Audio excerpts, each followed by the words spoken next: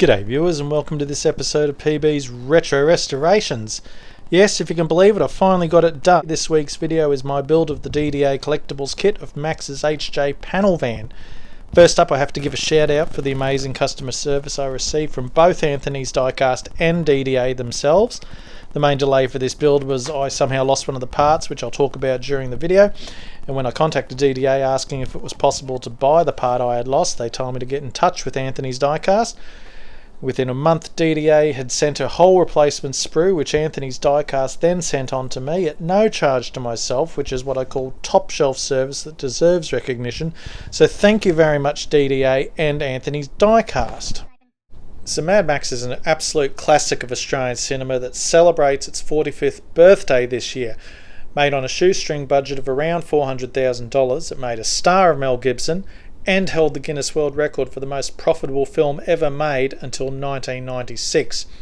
Amazing stunts, great performances. It also helped bring Aussie films to the world's attention. The Interceptor, of course, is the hero vehicle of the film, but Max and Jesse's family car also features heavily, with some terrific cinematography to boot. Of course, there's probably only 3 people left in the world who haven't seen this film, so don't think I'll ruin it by saying it's not a feel-good, happy movie, but it is an awesome one. This is a long video and I've banged on enough, so it's time to get crack-a-lackin', as Fifi says down at the Halls of Justice, when people don't believe in heroes anymore, probably, and get this show on the road, skag!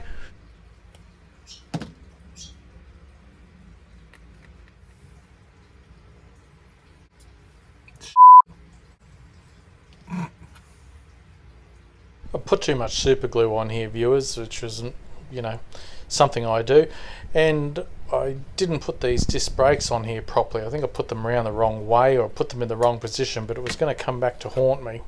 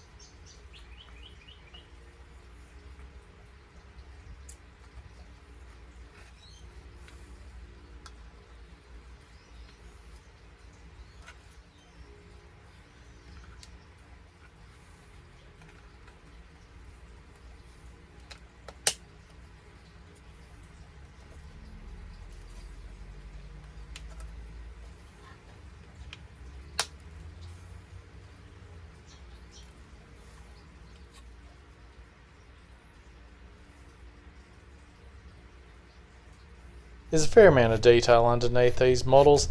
They're, I'm not going to detail all up underneath it. I'm building it as a nice shelf sitter. I have seen 3D files on the internet for whole alternate chassis for these with a proper open hole in them, so you can put your own engine and detail them up. They look good, but for me, I just like to keep it simple sometimes. I just want to build a nice replica for me shelf.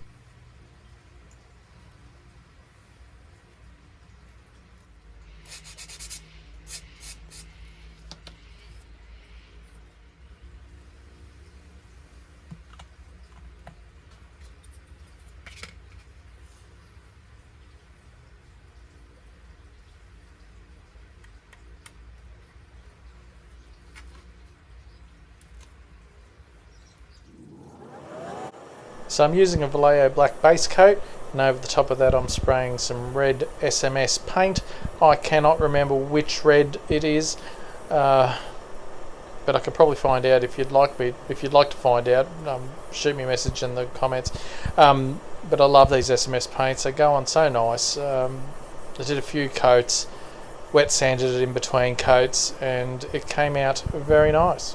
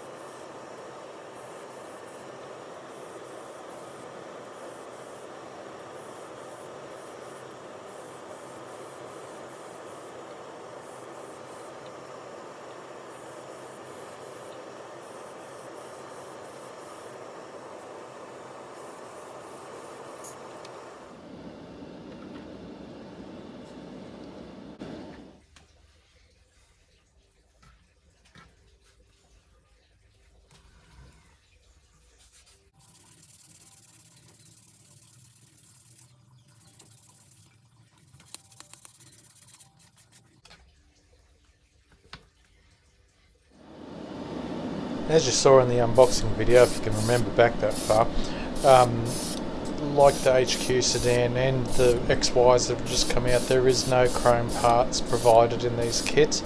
That's okay. I once again use a black base coat, and then I just airbrush Molotow chrome over the top, and that gives you a really nice finish. It's a shame they don't come pre-chromed, but to be honest, sometimes when you get that chrome in kits, it looks too shiny anyway, and you want to strip it, so I'm quite happy for it to come bare, and then you can do what you like.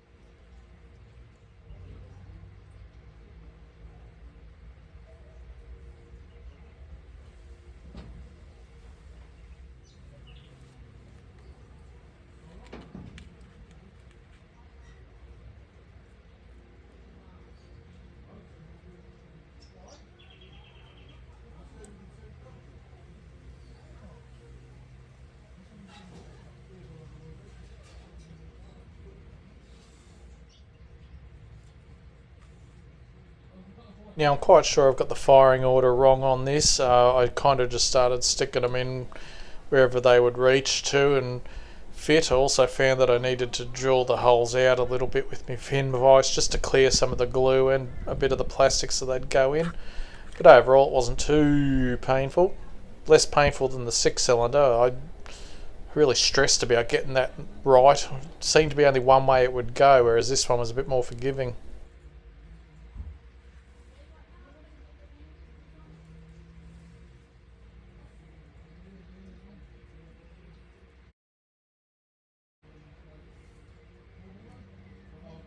All different kinds of wrong, viewers, but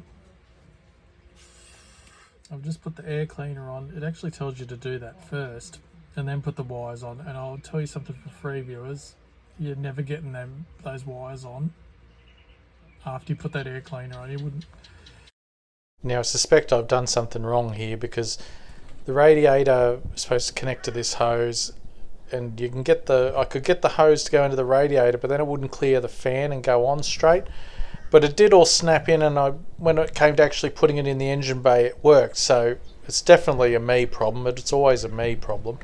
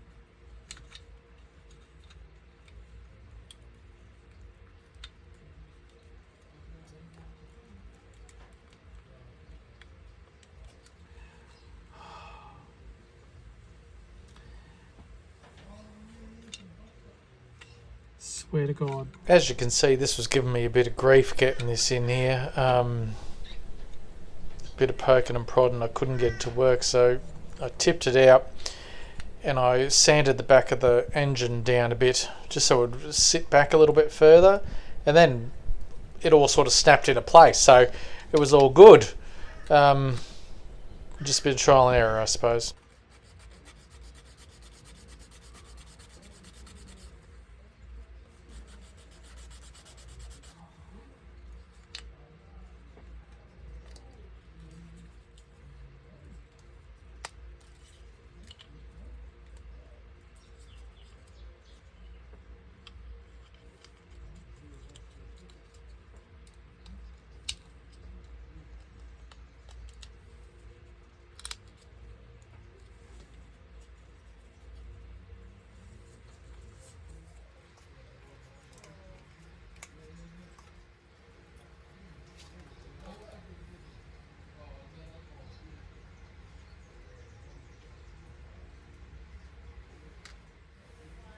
I'm not a big fan of trying to get these rubber hoses into black holes that you can't really, well, my feeble eyes can't see properly, but I got there in the end.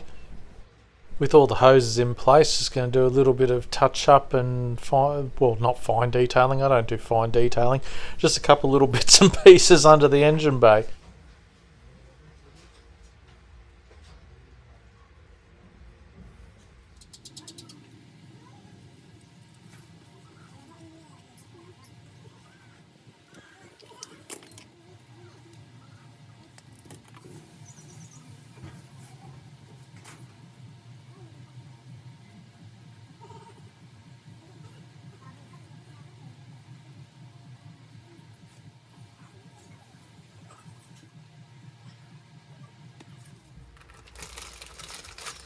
This is one of those ideas I got from watching HPI guys' videos.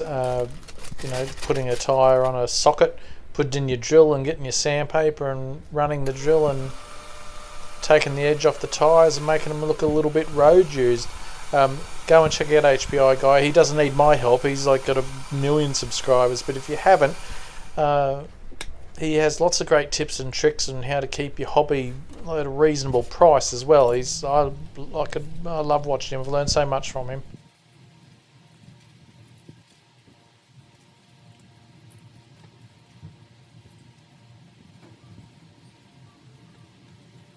Alright, so this is the point where I realised I must have put these disc brake parts in the wrong spots, because I had to finoodle them and end up having to break a couple of them off and re-stick them.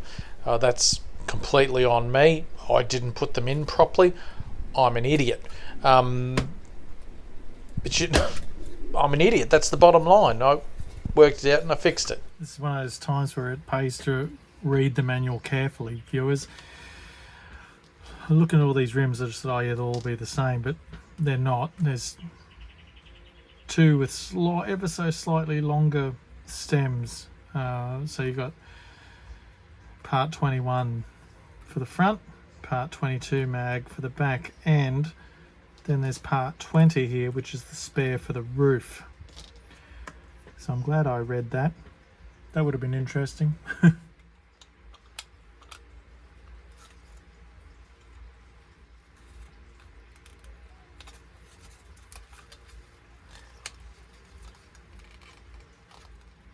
Uh-oh, something's not right here. Oh no, it's just me again.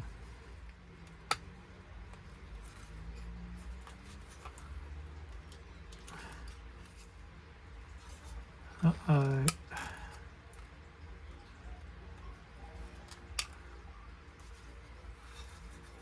So after I resolved that issue of concerning my stupidity, and it won't be the last time I'm sure, I turned my attention to putting white lettering on the kit tyres.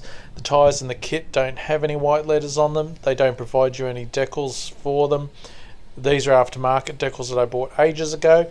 I know the hardcore Mad Max fans out there are going to say to me, but Peter, that van has BF Goodrich's on it in the movie.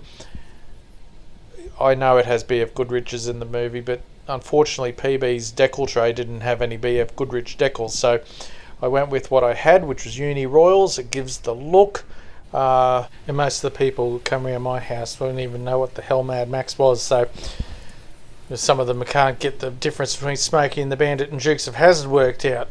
Can they, Steve?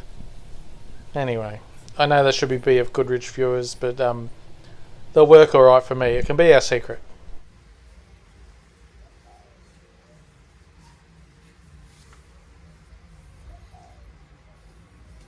Okay viewers, this is where the nightmare began for me. Assembling the interior bucket. You've got two of these pieces, one for the left, one for the right, and I've got that one as you can see, but do you think I could find the one for the other side? I know I had them. Here they are in the unboxing video. I know I painted them both because I painted this one. They're on the same sprue. What happened to them then? I don't know. Did a rat come into the garage and gnaw it off the sprue and run off to make a nest with it? One stage I had the wheelie bin down on its side and I was on all fours pulling all the rubbish out looking for it. I just could not find it anywhere. Mrs. PB came through my shed, and if she can't find it, no one can find it. So while I waited for DDA and Anthony's Diecasts to save me, thank you again, I thought I'd put the decals on now, or decals if you prefer. Now you'll notice in all the shots from the movie and on this van that the tailgate and the passenger side just have black rectangles. There's only airbrush on one side, and I read online that the reason for that is the movie production crew couldn't afford to get the job finished. They got one side done and then they didn't have the budget to finish it, so that's why it's like it is. It's movie accurate, and that's apparently the reason why.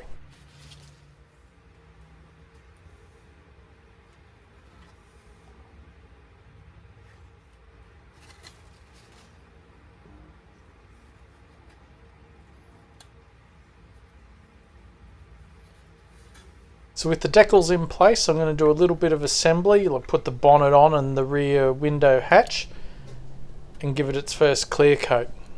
I've got to say at this stage that it looks like the bonnet is going to have the same problem the HQ did, in that it won't sit completely flat.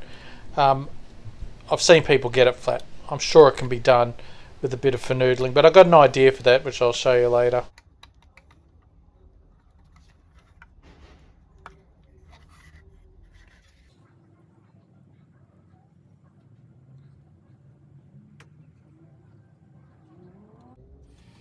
So thanks to the kindness of Anthony's Diecast and DDA, the part arrived. They sent me a whole replacement sprue, so I had a few extra bits and pieces. But anyway, it meant I could start moving forward again with the assembly of the interior.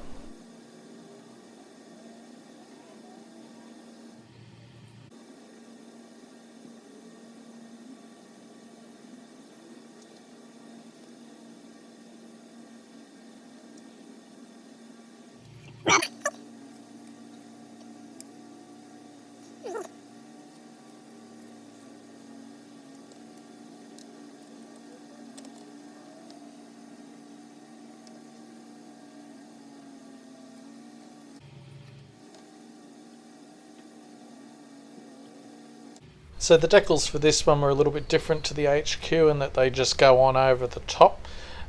Use some microsol which softens them a bit and lets them all sort of take the shape of the moulding and the dash.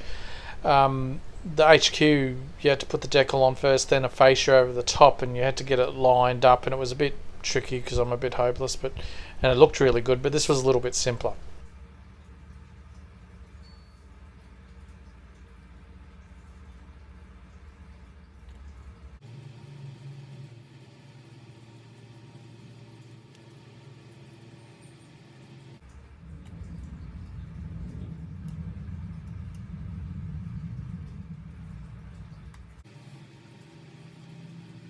You'll love this next bit with the canopy, viewers. Jesus, it twisted my melon.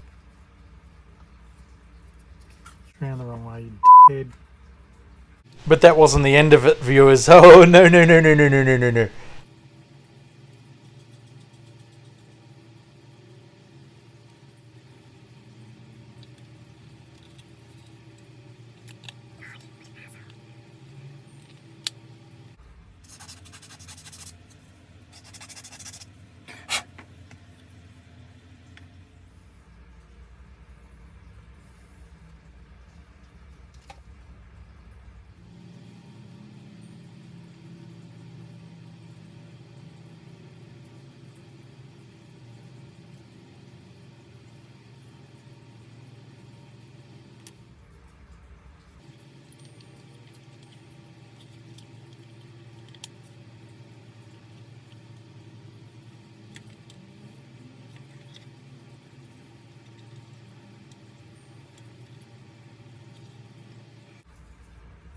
Oh, you fucking idiot.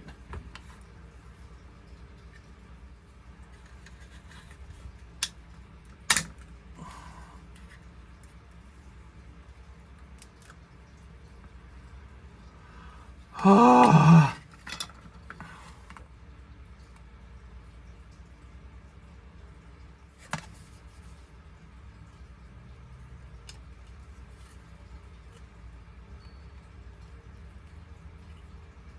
What a tool, viewers. How do I get on?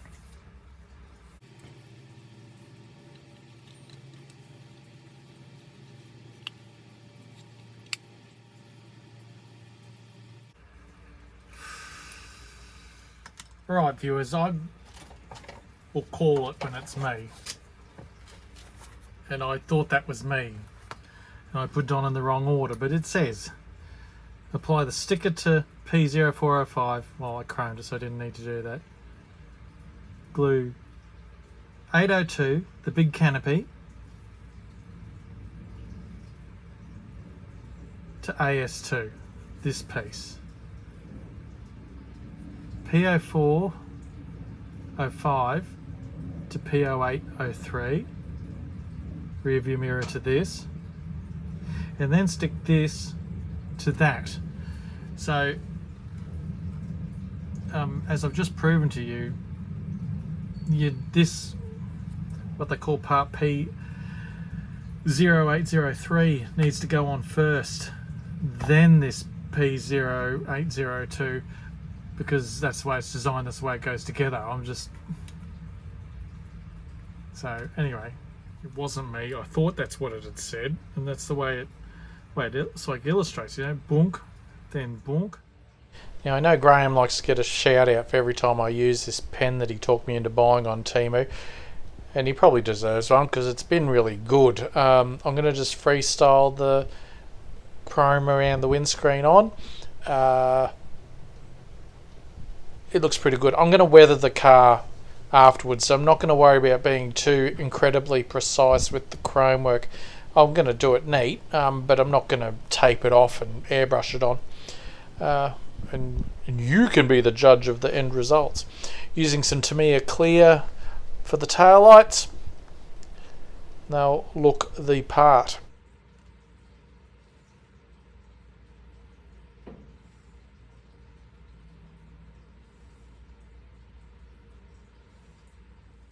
So unlike the tail lights, the indicators, or turn signals if you prefer, on the front are actually moulded in a left and a right, even though they're completely clear anyway. And they've got lugs on the back that stop you putting them on the wrong side. So make sure you paint the orange bits in the right places so they don't go in upside down when you're finished.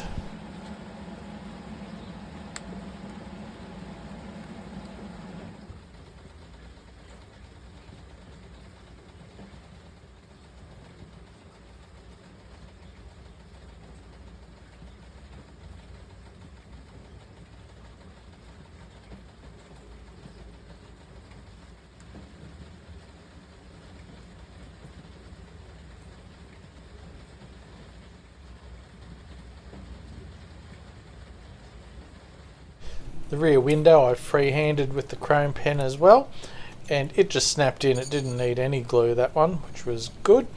And then I painted the buckets of the front indicators and the taillights so that when you put the clear lenses over the top, everything will look super groovy.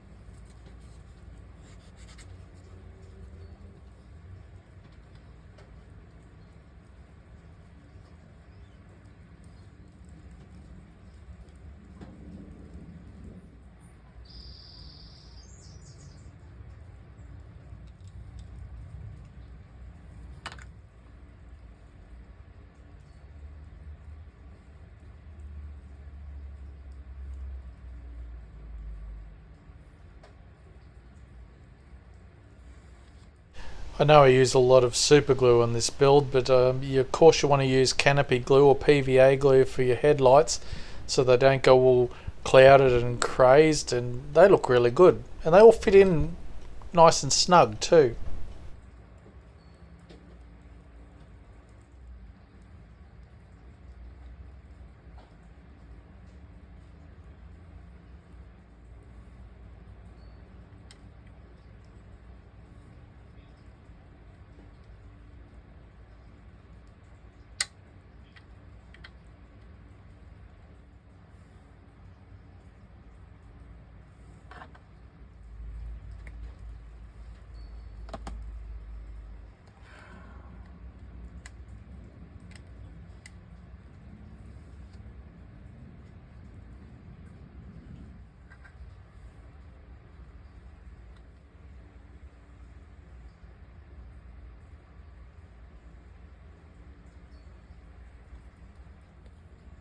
Put some black wash in the grill. I did this a couple of times because it dries pretty light, so I wanted to look a little bit darker. Also did the sill mouldings as well with it. If I'm particularly proud of any single thing on this build, it's doing the fine chrome around the front turn signals. it was worth the pain and suffering, and they came out they looked really good, and I'm still talking about them, and I'm doing something else now. That's right, the bonnet, not the bonnet, the bumper. I also noticed later in the close-up shots when I was editing the video that the bumper should have had the black strip around the front of it, so again, you'll have to forgive me.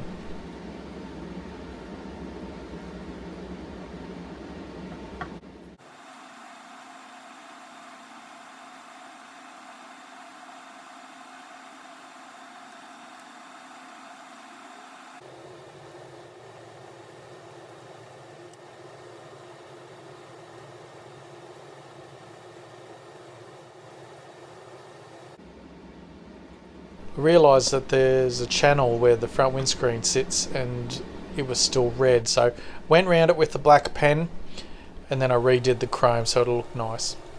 I'll throw in here too that I guess it's probably me again, but the dashboard was, it says to put the door cards in first, and I guess you wouldn't get them in, you know, after the dashboard was in, but the dashboard was a little bit trickier than it should have been to get in there, but once it was in there it was all good.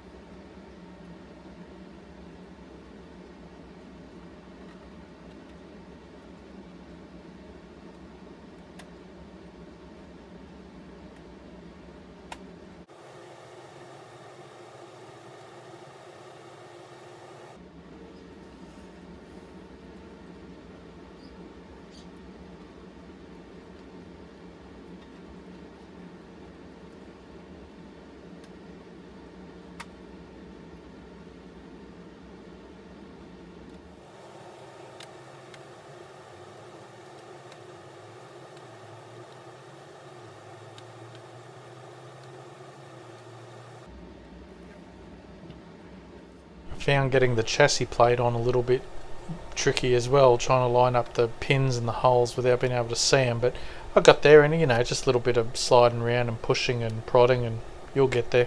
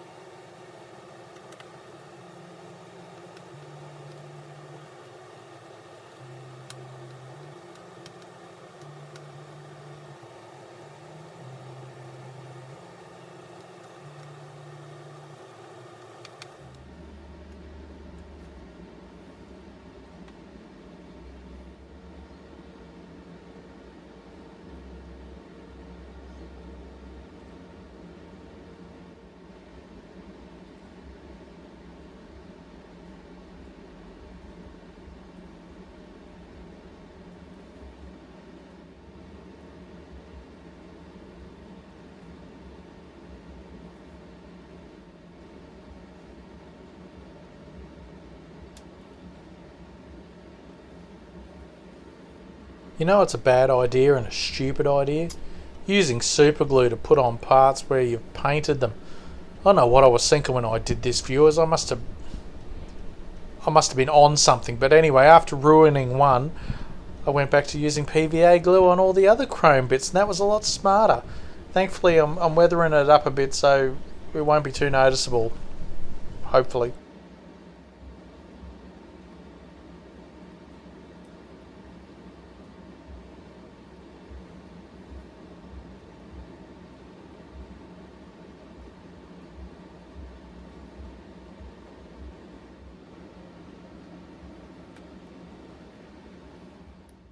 Okay, the roof rack. I put a wall up in my mind about doing the roof rack because all the little rucksacks are rubber, like the front seat. The front bucket seats are made of rubber as well. And I was worried about using, I knew I had to use acrylic paint or it wouldn't dry on there, but I put it off and put it off and put it off, which was ridiculous. Now, all these pieces that I've got on the roof rack, I've gone for colours close to the movie. It's not, you know, terribly screen accurate if you look at it too hard, but it looks the part.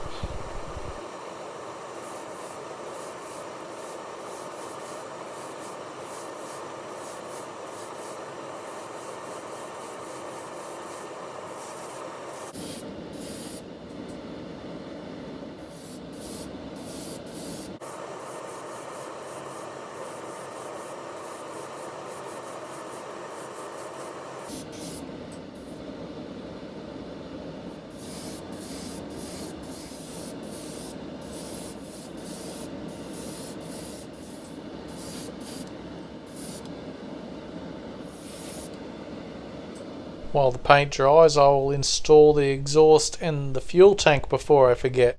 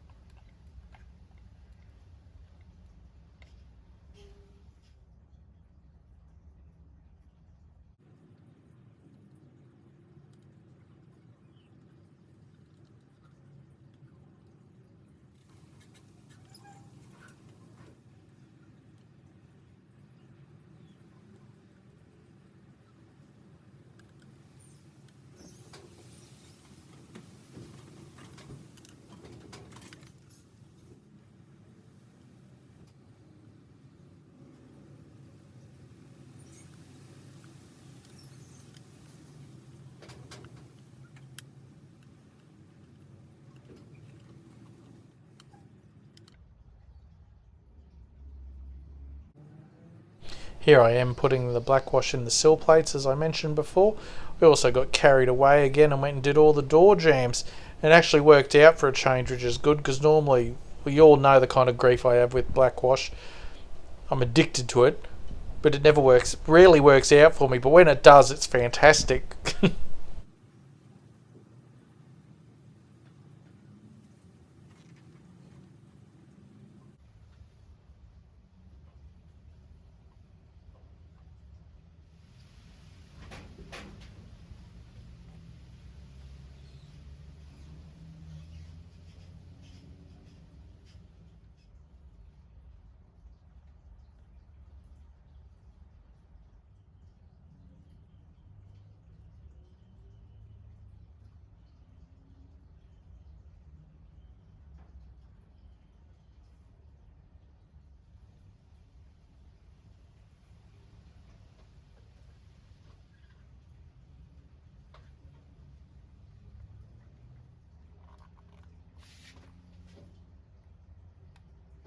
When I was painting this, I kept saying to myself, don't forget to paint the vents in the guard, don't forget to paint the vents in the guard. I know I'll do it when I mask off for the chrome, but they didn't end up masking off for the chrome, so I had this little checkered flag that I made for another model, and I just cut the black checks out, and they ended up being about the right size for the flutes and the guard. And again, if you don't look too close, they're pretty good.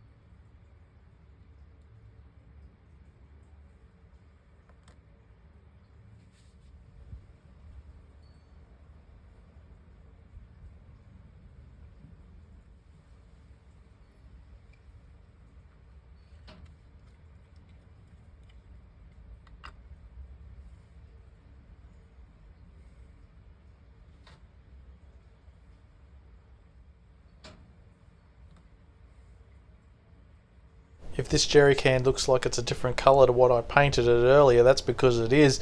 Because, you know, yellow paint, it didn't cover it properly. It looked awful, so I went over it again with orange. There's some information none of you needed to know, but there it is.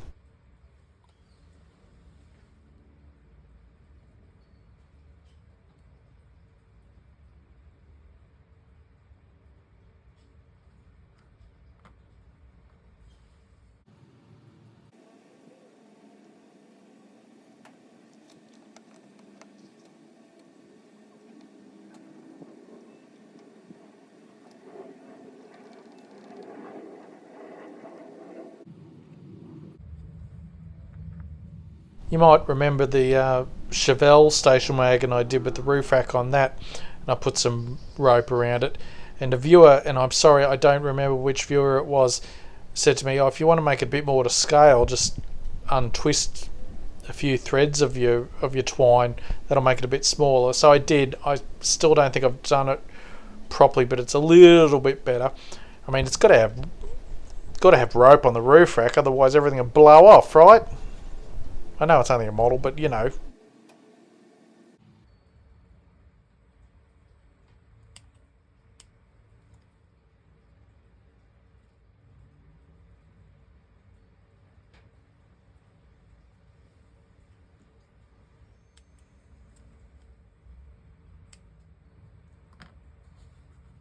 I dropped a touch of super glue in some of the little joints and where I tied the knots just to make sure they don't come loose. Because, you know, you don't want it falling apart in a week's time.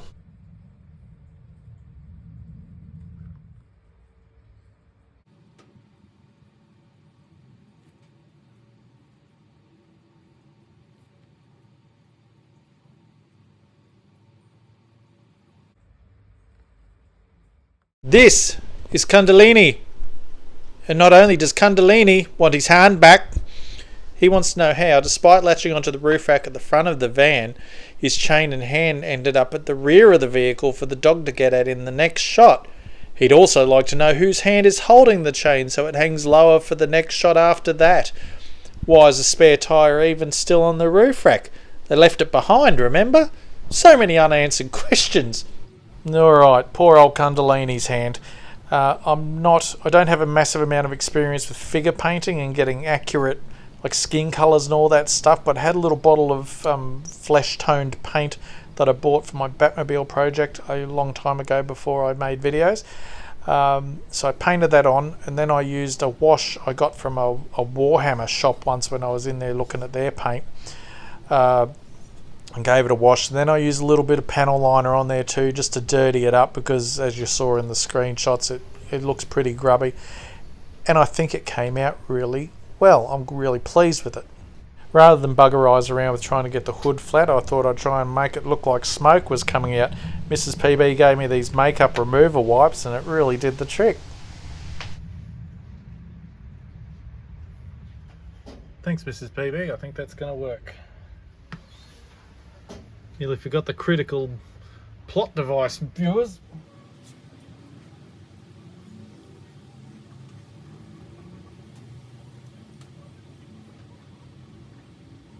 I'll stick this roof rack on and I will get to my very basic methods of weathering.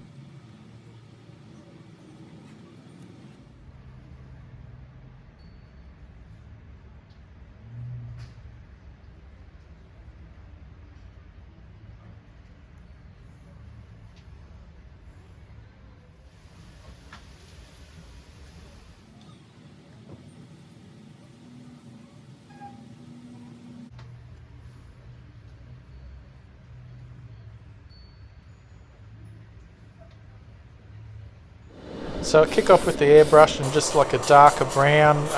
It is actually like a mud effects thing, but it always clogs. I'm sure it's not meant to go in the airbrush. I've had this conversation with you all before, but I put that on first and then I lightly dust a lighter colour over the top, and I like the effect I get out of it.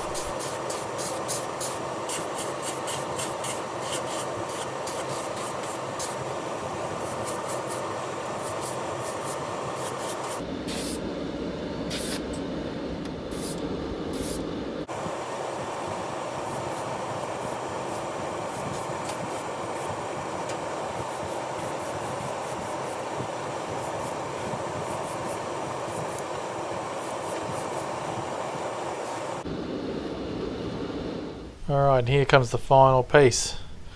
Mr. Kundalini's hand, and now, holy... This gave me all sorts of grief tying it on.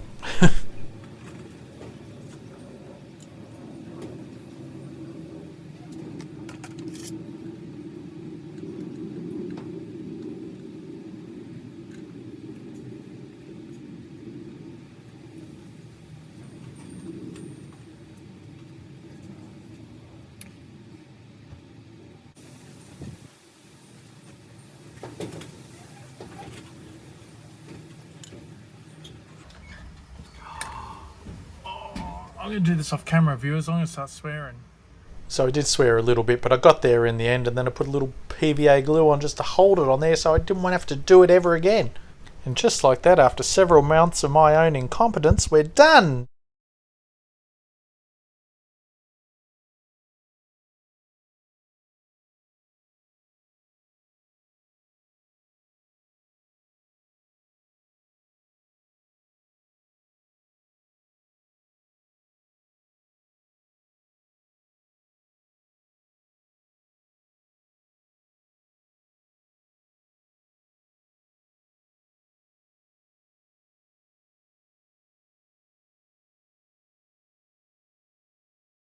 While editing this video, news came on March 14th that legendary Aussie stuntman Grant Page had passed away. Mr. Page was a stuntman on heaps of movies, including The Man from Hong Kong amongst others, and several Mad Max films. He's one of the two guys falling off the bridge on the bikes. He's the guy who drove the Falcon through the caravan, and he was behind the wheel of the Knight Rider's Monaro in the film's opening sequence. By all accounts, a fearless operator, and that he lived to be 84 tells you how good he was at what he did.